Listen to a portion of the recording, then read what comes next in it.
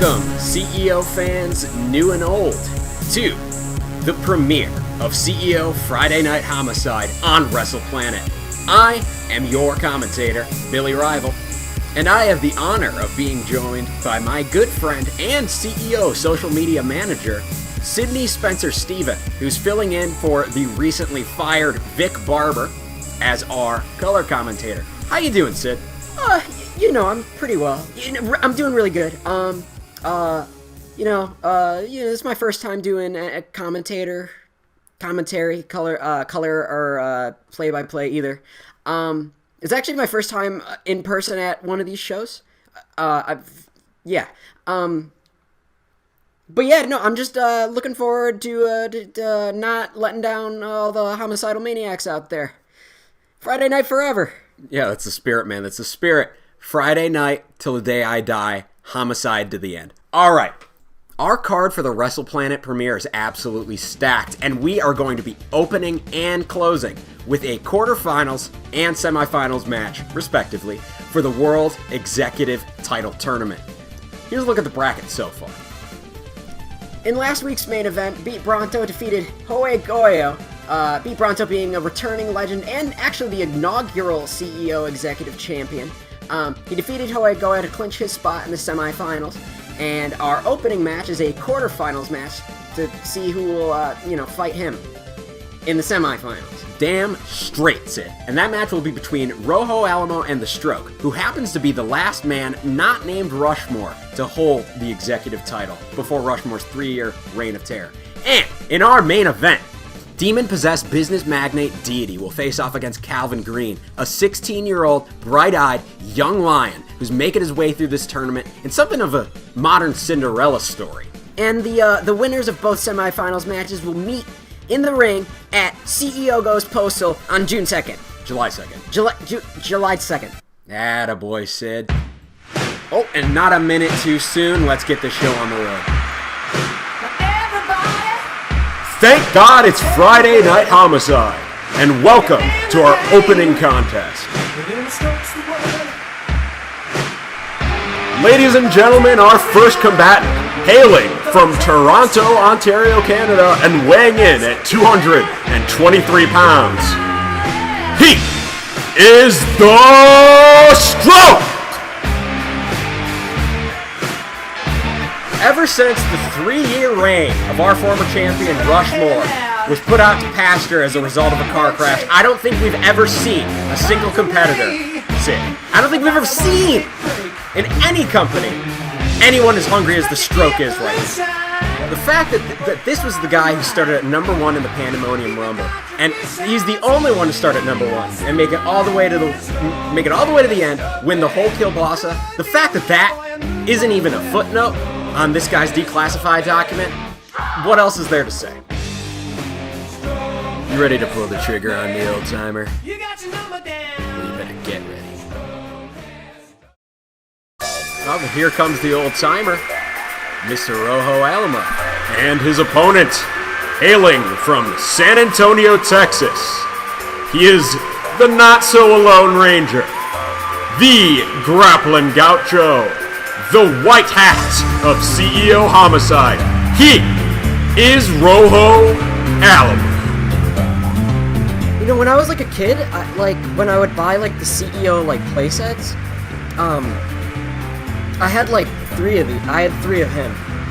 So I think he's my favorite. That's a good choice. You know I've got respect for you, Stroke, but this promotion just ain't big enough for the both of us. I can't really think of 2 combatants who are a better introduction to the world of Friday Night Homicide than these 2. Especially, Rojo Alamo kind of represents our history, while The Stroke kind of, in my opinion at least, I might be a little biased since I'm a bit of a fan, but The Stroke kind of represents our future. Though I think Calvin Green, who you guys will see in the main event, and Sid over here, honestly, pretty big candidates for the future of CEO as well. Thanks. Yeah. I am flattered, yeah. These absolutely crisp hip tosses have kind of become a staple of Rojo Alamo's arsenal. Rojo, who started as part of the Spectra Luchador stable in the early beginnings of CEO, has kind of actually, in a lot of ways, moved on from his original luchador style and has kind of moved to a more traditional wrestling style, kind of combining both of the best of both worlds, actually. That's wise. Tests of strength abound in the beginning of this match. You see it, there's another one. These guys really both have something to prove. Now, this isn't the first time they've faced off, but I think this is the first time they faced off with really high stakes and the awesome reversal into another reversal, expertly scouted by Rojo Alamo.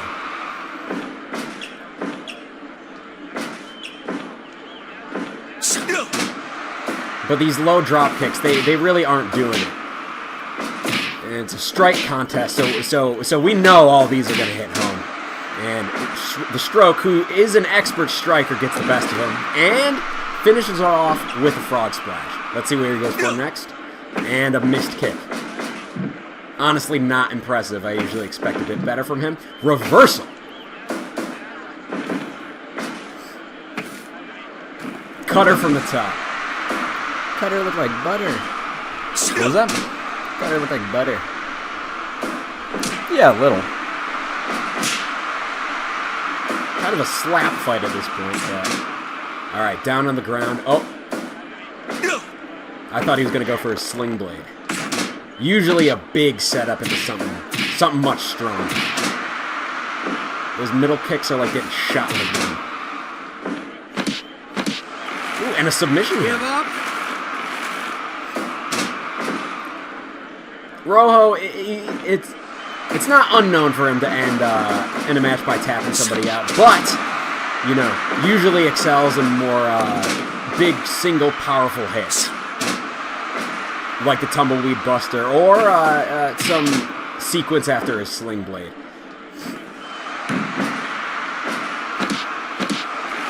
Not the smartest move by the Stroke, but honestly not the smartest move by Rojo as well. He was too close to the ropes, and a super kick. Into the Bulldog.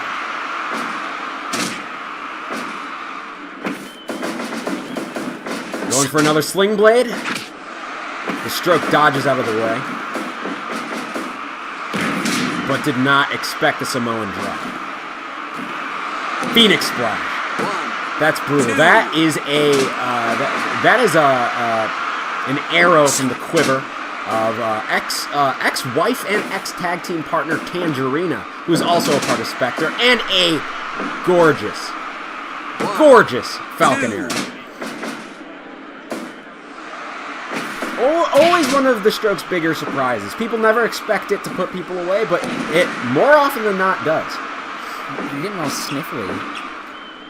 I do have a little bit of a cold, yes, I will admit. I'm leaking a bit. But it's not COVID, though. I did the testing. I never said. I live alone, and I got 4 of them, so, I've got tests to spare. I never said you had COVID. I know, but, I just didn't want you to, think it, Oh, he was going for the pump handle driver. Pump handle driver, another move. Kinda Rojo's equivalent to the Stroke's Falcon Arrow.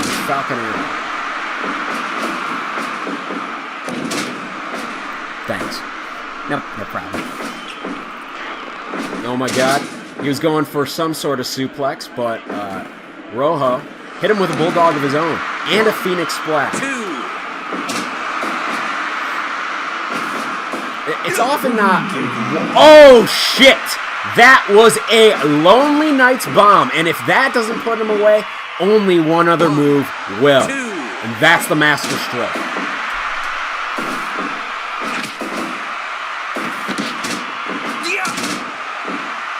See, these super kicks and other moves are very classic Tricentennial Men action.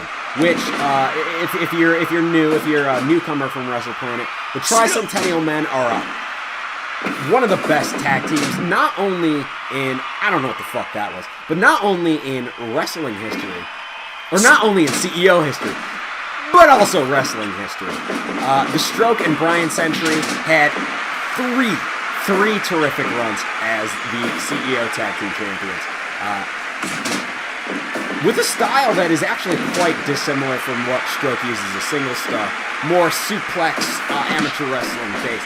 And there, that was a pump handle driver kicked out at 0. Fucking That is history, ladies and gentlemen. Yeah. That is a brutal move. That has put men of equal caliber to the Stroke out for the night. But this guy's not having any of it. Woo!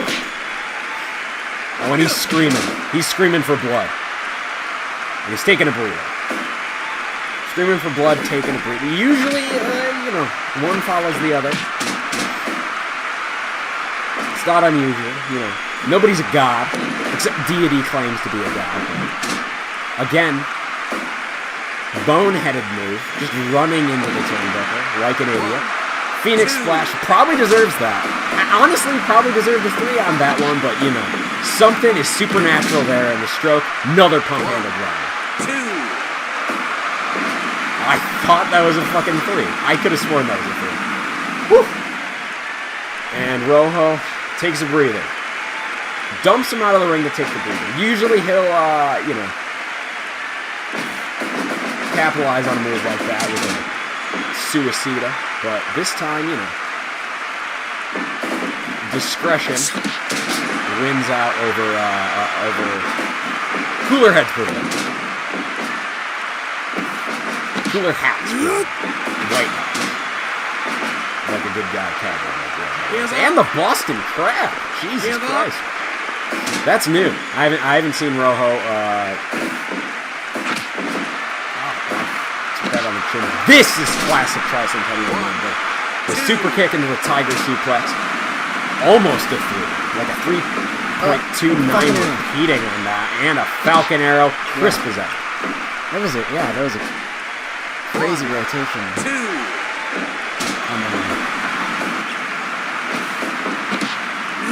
Another butterfly backbreaker. The rotation on that is work of art.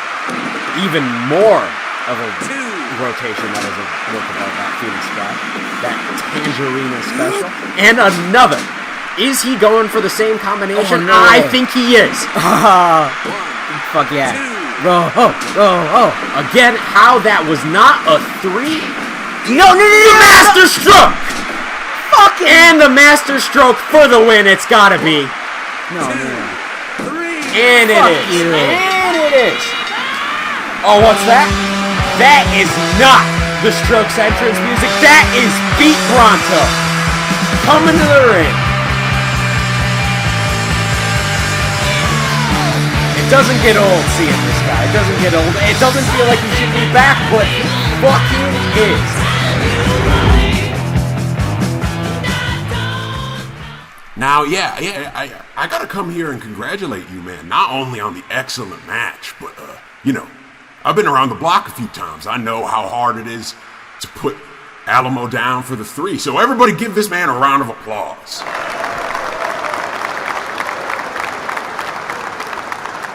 You have proven that you have what it takes to beat the Cowboy, the eternal Cowboy poster boy of CEO. But in the semifinals, you're going to have to answer a much more important and hard to answer question. And it's that, whether you have what it takes to beat Bronto. It's real rich that you're the one asking questions here when, I think not only do the boys in the back, but the audience have a lot of questions that they should be asking you. Questions about Rushmore, maybe. Questions about the unidentified driver who ran him off the road when he was on his way back from All Bets Are Off. I'm just saying it's real suspicious that after the one man you couldn't beat, the one man who took your title is gone, that you crawl your way back. It's awfully suspicious timing, Mr. Bronto. Hold on a minute. Are you, while standing in a wrestling ring in your wrestling boots, accusing me of attempted murder? You know how ridiculous that sounds, right? Yes. See you in 2 weeks in the main event. Bring your A game, because I'll sure as hell bring mine. I'm done here.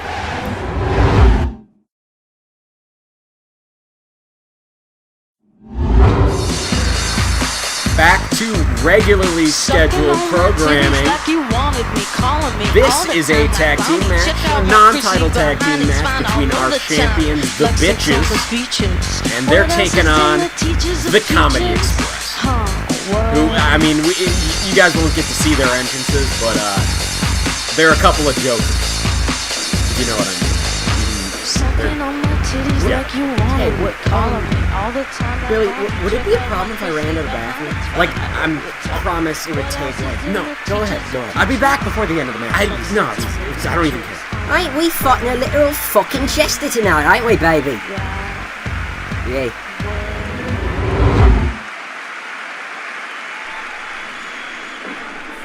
Honestly, even though I've commentated on countless matches for this company, it's always you're never ready for a match with the Bitches. They're unlike, not just because they're of the fairer sex and the only current wrestlers of the fairer sex, but they're just unlike any other performers I've ever seen. Like have you ever seen the movie Gummo? They're like if Gummo were wrestling. Fucking Jesus Christ, that Uranagi might have broke his neck. And she's going for the pin, so she knows it too. Okay, he's up. Honestly, okay, these Comedy Express guys, they are no laughing matter either. They might look like they are because they're clowns, but these guys are serious business. On Incognito a couple nights ago, they were taking on Pest Control, and they made short work of them, especially Squeeze, who's the one in the red. That big guy who just absolutely ate a big rig. Cocaine, the powerhouse of the two. Bad Girl's the brains. Cocaine is the real, absolute, just donkey puncher of these two. The diligent John Egg pulling the outside the ring count, and the neck breaker to Squeeze. Oh, jeez. Usually Cocaine's got a bit of quicker reflexes than that, but everybody has their off days. Even on her off day, she's still just kicking these guys around. Oh, another Uranagi. Looks like Squeeze is too dizzy to retaliate, and it leads to a victory for the Bitches.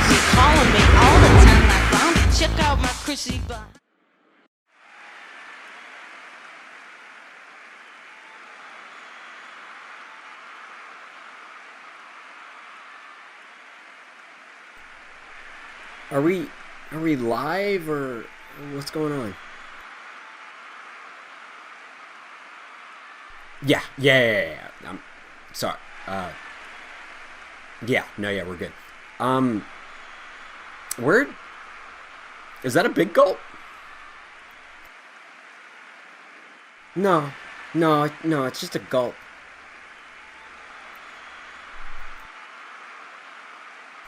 Breaking news came our way over just the last commercial break, and it's about the condition of our last champion, Rushmore, and his career-threatening injuries.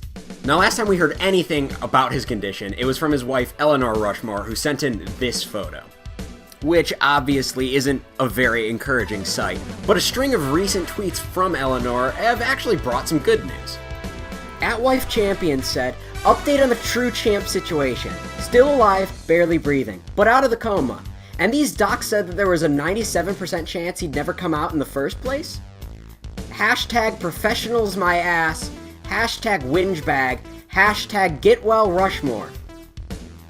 Replying to her own tweet, she also stated, fact, if anyone other than my hashtag husband were in that wreck, they'd be a freaking bowl of oatmeal. Hashtag true executive champion. Heartbreaking stuff to be sure, but also hopeful. Don't let those eyes get too misty, though. We've still got another heaping help of homicide coming your way.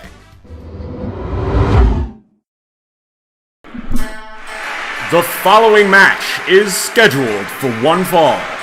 Making his way to the ring from Boston, Massachusetts, beware of Scott Dog!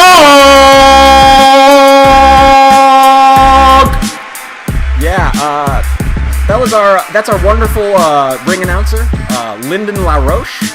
Kind of calling an audible with that introduction. I'll probably have to talk to him after the show about how we don't have the sound equipment for that sort of thing, but still does great work every week. Hey, pretty boy, you better watch out, because this dog is always barking. And his opponent, making his way to the ring, hailing from Barcelona, Spain, he is the thoroughbred, the pure blood, Efrain Maduro. Yeah, he might be putting a little bit too much spin on these. Yeah, the guy's a real professional, but consummate professional, but that was a little much. This guy does not deserve that kind of entrance. He is Scott Dog? I have not even heard of him. Oh, you say we fought before? I would remember if I fought a man named Dog. But he is a piece of shit, right? Yeah, Like come on. what a dick. Anywho, biases aside, yeah, this is looking to be a good match. Both of these guys are kind of in a similar position right now. They were both in different ways, kind of, sort of, not really. Each of them were screwed a bit out of the executive tournament. Now, Scott Dog actually did have a spot in the tournament, but his first match, his qualifying match, was against a mystery opponent who turned out to be the returning Beat Bronto, who we saw earlier. While Efrain Maduro was actually on the other side of the bracket initially in our initial booking plans, but due to a backstage incident that we are legally actually not allowed to discuss on TV right now, he was suspended for a short amount of time, and Calvin Green took his place, who managed to make it all the way to the Got all bloody, semifinals. Billy. Oh, Jesus fuck. All right, very early in the match, it seems that Scott Dog is bleeding quite a bit profusely. I don't think I've ever seen a TV match, especially one not involving barbed wire. Oh, and further punishment to the head. Efrain is coming out the gates savage, and I've come to not expect a lot from this. So did he just hit This him? man, but this is a new Did he low. just hit him really hard? There's no way a normal stray hit could lead to. Well, it's all over the ring. What if he's really strong? It's all over the ring. Okay. Like a hit can nick you. This seems deeper than like a nick. Scott, with some sort of, with some sort of supernatural endurance, manages to stand up before that elbow drop, but Efrain is pretty expertly keeping him in the corner and dishing out as much damage to the face. The Romero special. This was... The fact that this isn't even his most dangerous submission hold is honestly terrifying. The kiss from a rose. I will eat my hat if Scott... I'm not wearing a hat. But if I were wearing a hat, I promise you guys, I would have... You got it. I'm gonna get you a hat. Sure. Fuck you, but sure, yeah. At least, okay. Scott is, once again, one-of-a-kind pro wrestler, and I'm glad he's been able to get some offense in after whatever happened in that early exchange, but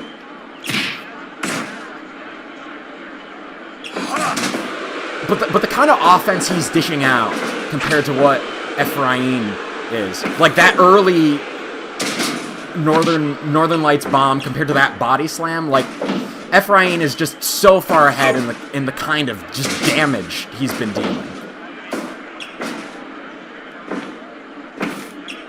Like all Scott can do is nickel and dime him at this point. while he's hitting him with big, just game enders. Game enders, like the Kiss from the Rose. Oh my god. I think that's great. Yeah, okay. That, my friends, was the Bullfighter, which is the most feared submission hold in all of CEO. An absolute just nightmare. Just absolutely rends every joint from your knees to your neck, really. One. Oh, and that ring. Three. That ring, it looks like I got a house call from Jackson Pollock. Five. That is ugh.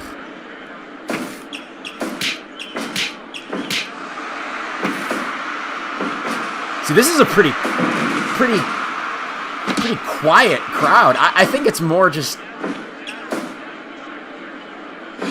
because Scott clearly did not know it was coming, and he's not able to get really any of the classic Scott moves in. Oh, god damn it.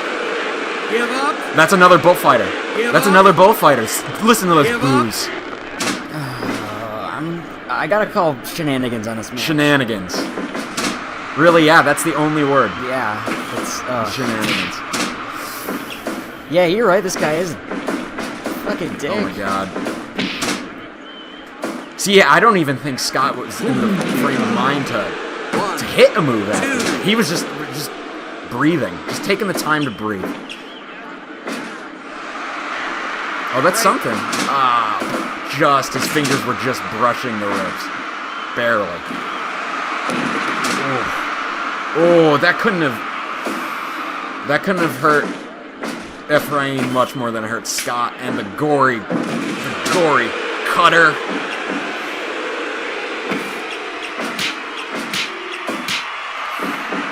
Oh man, that was hard to watch. Hard to watch.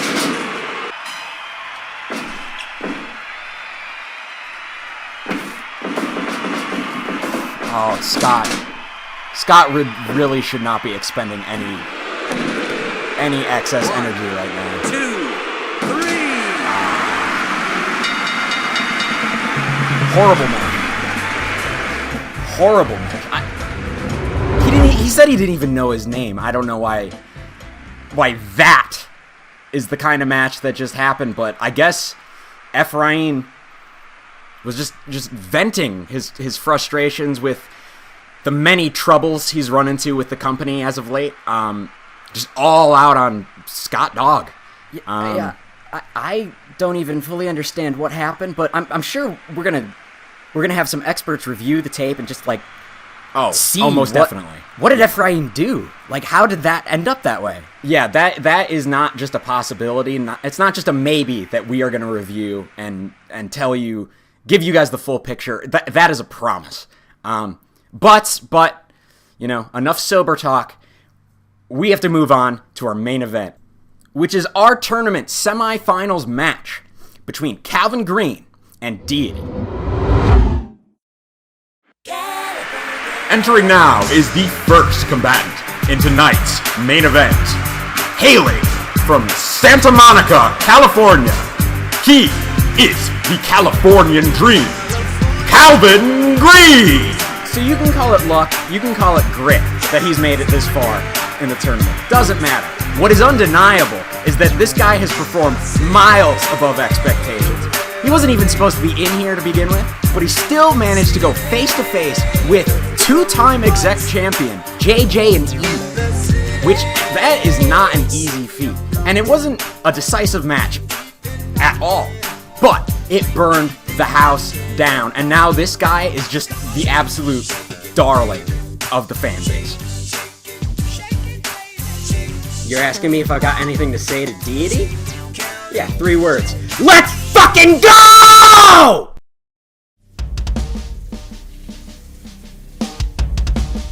His opponent, his earthly vessel hailing from Manhattan, New York, his spirit hailing from parts unknown. He is the God and Satan of martial arts. He is DEITY! the menace, the boogeyman of the Japanese wrestling scene, has only been in CEO for 10 matches, but he's been extremely dominant in every single one of them. Can the California Dream stand a chance? A child challenging a god. Awesome.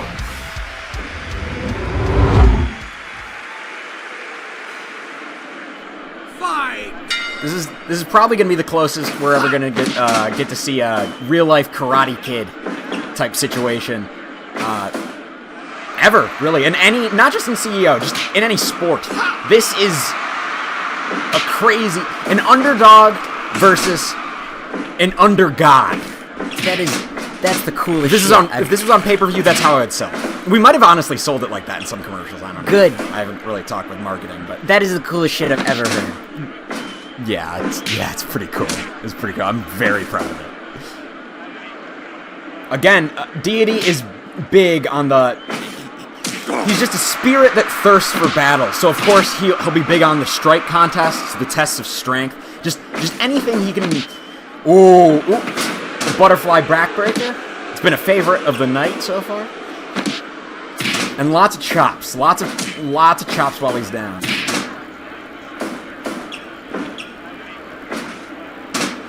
And the ever defiant 16-year-old Calvin Green. He hasn't even taken his ACTs, SATs yet. Oh my God! That is the Santa Monica Cutter. It's what put JJ&E away.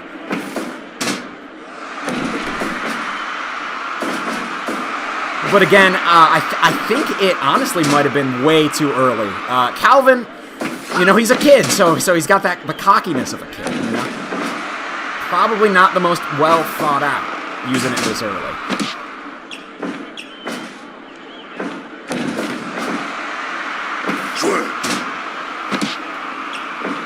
Classic martial arts, judo move. Ooh, stretch muffler. Give up? Right? Yeah, that's a stretch muffler. Yeah. I don't know why I was asking you. Like, I know you know wrestling, but like...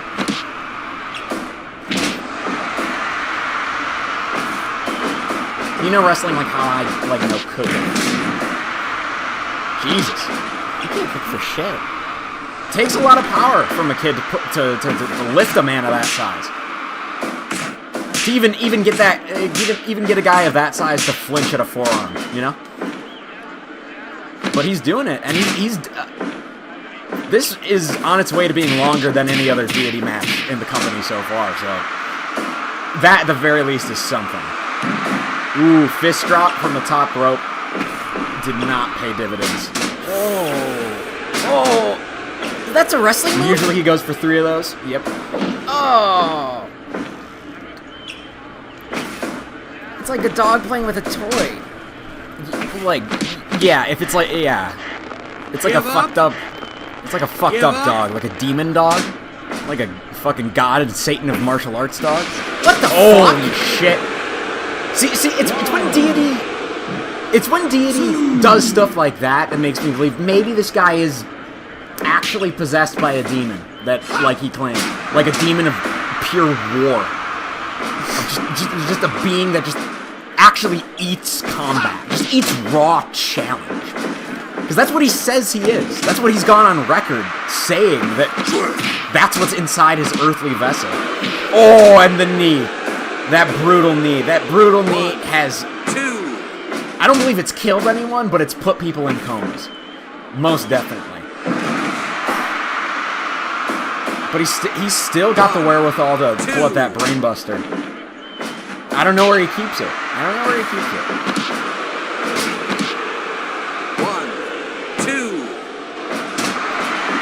Again, the agility that Deity has to pull off not only a powerful move like that, but that spinning backbreaker thing, spinebuster thing. Oh fuck, he's setting him up high. He goes for the head up and a rope break. That move has not been kicked out of in any promotion, and the only reason that that this match is still going on is because of the rope break. Oh, he's going again. And we're seeing another one. Oh. 2 Gehennas, but neither in situations where Deity can get the 3. How the fuck is Calvin Green standing? I'd be dead. No shit, you would be. So would I. Oh, don't let it be count out. Thank God. Can you imagine? Holy shit. Run of a lifetime for this kid. Coming down to the 10. That frog splash, that's a big move. That's a big move. That can mean... Oh, he's got fighting him, though. Give up. Come on, Cal. Give up. Oh. So it's going to be Deity in the main event of CEO Goes Postal. I had money on it. And, I mean, at least he hit 2 Gehennas. But, like, you know, the rest of the legs on the bed. You know, what are you gonna do? You know? Yeah, no, it's, you know, what are you gonna do? What are you Okay, gonna do? you wanna tell him about the, Oh. Yeah, okay, you probably should. Yeah, no, yeah. Yeah, we actually just got word, you know, from up top, from the boys up top. I actually, CEO Goes Postal is actually going to be on July 3rd. Not July 2nd or June 2nd. It is July 3rd. Yeah. It's pay-per-view. Yeah. It's pay-per-view Sunday. Pay-per-view Sunday, July 3rd. You know, we don't want to point anybody in the wrong direction. But, yeah, that's our show. You know, join us same time next week. We're going to be featuring a title match for the Viceroy title next week. Felix Fleck, the German heartthrob, has challenged Yoshi Haribo for his Viceroy title. And in the main event, we will have the Stroke, not in the semifinals match against Pete Bronto. That's in 2 weeks for the Go Home show, before CEO Goes Postal. But he will be partaking in what we call tag action. A 6-man tag, teaming up with the Night Rangers against the Joy family. It should be a hell of a show. Hope to see you there. And as always, good night.